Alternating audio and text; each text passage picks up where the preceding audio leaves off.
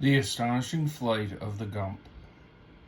When the adventurers reassembled upon the roof, it was found that a remarkably queer assortment of articles had been selected by the various members of the party.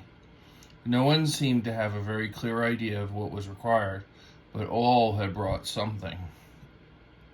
The wogglebug had taken from its position over the mantelpiece in the great hallway the head of a gump, which was adorned with wide-spreading antlers, and this, with great care and great difficulty, the insect had carried up the stairs to the roof. This gump resembled an elk's head, only the nose turned upwards in a saucy manner, and there were whiskers upon its chin, like those of a billy goat. Why the wogglebug selected this article he could not have explained, except that it was aroused his curiosity. Tip, with the aid of the sawhorse, had brought a large, upholstered sofa to the roof. It was an old-fashioned piece of furniture, with high back and ends, and it was so heavy that even by resting the greatest weight upon the back of the sawhorse, the boy found himself out of breath when at last the clumpy sofa was dumped upon the roof. The Pumpkinhead had brought a broom, which was the first thing he saw. The Scarecrow arrived with a coil of clothesline and ropes, which he had taken from the courtyard. In his trip up the stairs, he had become entangled with the loose ends of the ropes, that both he and his burden tumbled in a heap upon the roof, and might have rolled off if Tip had not rescued him. The Tin Woodman appeared last. He also had been to the courtyard, where he had cut 4 great spreading leaves from huge palm tree that was the pride of all the inhabitants of the Emerald City. "My dear Nick," exclaimed the Scarecrow, seeing what his friend had done, "you have been guilty of the greatest crime any can commit in the Emerald City. If I remember rightly,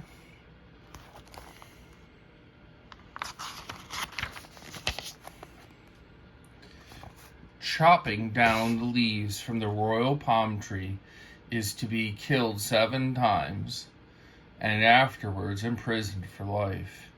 "It cannot be helped now," answered the Tin Woodman, throwing down the big leaves upon the roof, "but it may be one more reason why it is necessary for us to escape. Now let us see what you have found for me to work with." Many were doubtful looks cast upon the heap of miscellaneous material that now cluttered the roof, and finally the Scarecrow shook his head and remarked, "Well, if friend Nick can manufacture from this mess of rubbish a thing that will fly through the air and carry us to safety, then I will acknowledge him to be a better mechanic than I suspected." But the Tin Woodman seemed at first by no means sure of his powers, and only after polishing his forehead vigorously with his chamois leather did he resolve to undertake the task. "The first thing required for the machines," said he, "is a body big enough to carry the entire party. The sofa is the biggest thing we have, and might be used for the body. But could the machine ever tip sideways, we would all slide off and fall to the ground."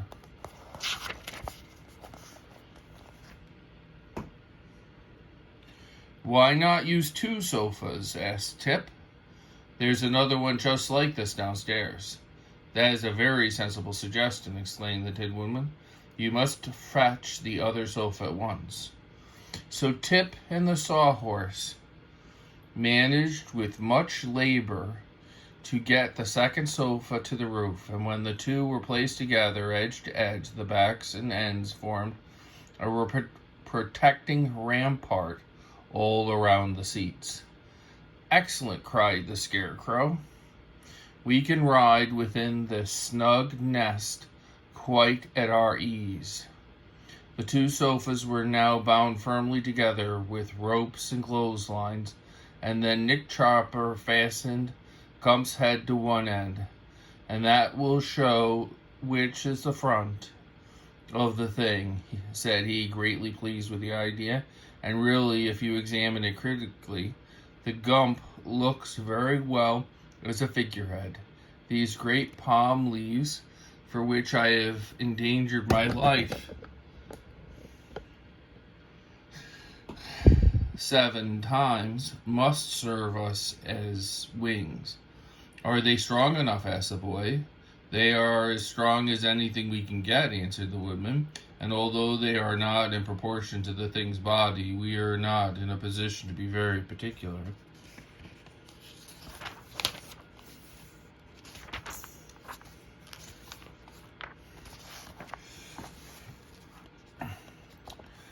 So he fastened the palm leaves to the sofa, 2 on each side. Said the Wugglebug with considerable admiration, "The thing is now complete and only needs to be brought to life." "Are you not going to use my broom?" "What for?" asked the Scarecrow. "Why, it can be fastened to the back end for a tail," answered the Pumpkinhead. "Surely you would not call the thing complete without a tail." Said the Tin Woodman.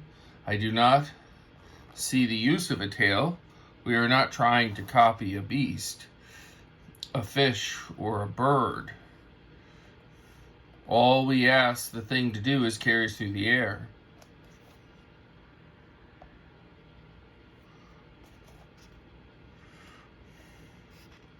"Perhaps after the thing is brought to life, it can use a tail to steer with," suggested the Scarecrow.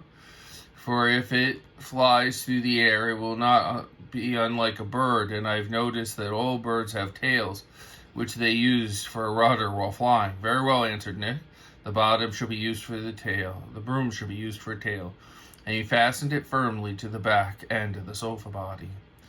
Tip took the pepper box from his pocket. "The thing looks very big," said he anxiously, "and I am not sure there is enough powder left to bring all of it to life, but I'll make it go as far as possible." "Put most on the wings," said Nick Chopper, "for they must be made strong as possible."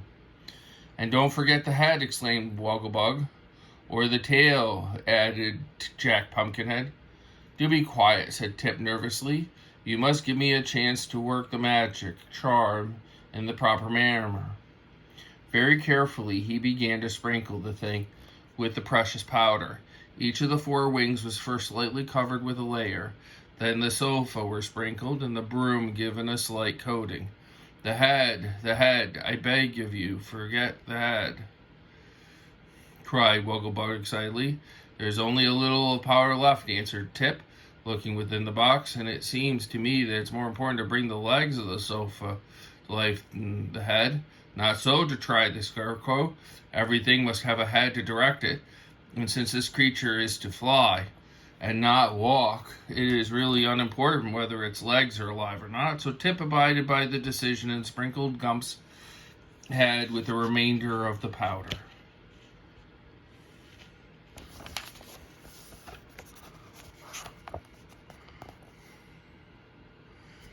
"Now," said he, "keep silence while I work the charm." Having heard old Mombi pronounce the magic words and having also succeeded in bringing the sawhorse to life, Tip did not hesitate an instant in speaking the 3 Kabbalistic words, each accompanied by a particular gesture of the hands.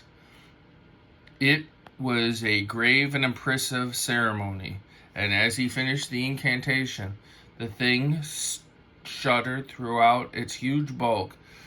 Gump gave the screechy cry that is familiar to those animals, and then the 4 wings began flopping furiously. Tip managed to grasp a chimney else he would have been blown off the roof by the terrible breeze raised by the wings. The Scarecrow, being light in weight, was caught up bodily and borne through the air until Tip luckily seized him by one leg and held him fast. The Wogglebug lay flat upon the roof and so escaped harm. And the Tin Woodman, whose weight of tin anchored him firmly, threw both arms around Jack Pumpkinhead and managed to save him. The Sawhorse toppled over upon his back and lay with his legs waving helplessly above him. Now, while all were struggling to recover themselves, the thing rose slowly from the roof and mounted into the air. "Here, come back," cried Tip in a frightened voice as he clung to the chimney with one hand and the Scarecrow with the other. "Come back at once, I command you." It was now that the wisdom of the Scarecrow in bringing the head of the thing to life instead of the legs was proved beyond a doubt, for the Gump, already high in the air, turned its head at Tip's command and gradually circled around until it could view the roof of the palace. "Come back," shouted the boy again, and the Gump obeyed, slowly and gracefully, waving its four wings in the air until the thing had settled once more upon the roof and become still. Come back!